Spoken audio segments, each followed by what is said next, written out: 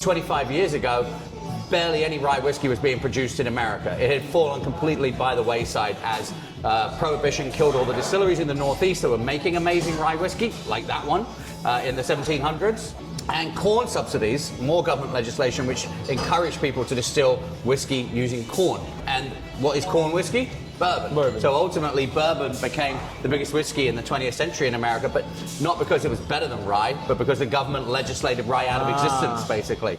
So what I wanted to do was recreate that original whiskey style of America, New York rye whiskey, so that we could then have the most authentic cocktails on planet Earth. And then a friend wanted to open a distillery in Red Hook, so we built and launched the Widow Jane Distillery in 2011. Part of that was sourcing whiskey from Indiana.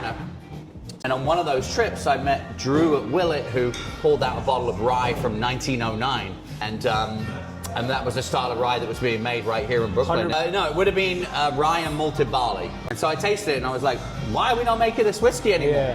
Yeah. So I quit Widow Jane and started figuring out Fort Hamilton. I went back to bartending, and then in 2020, pandemic happened. But we had already built this space, so we moved in here, got production up and running, and then Amy started managing the tasting room, doing events and all that.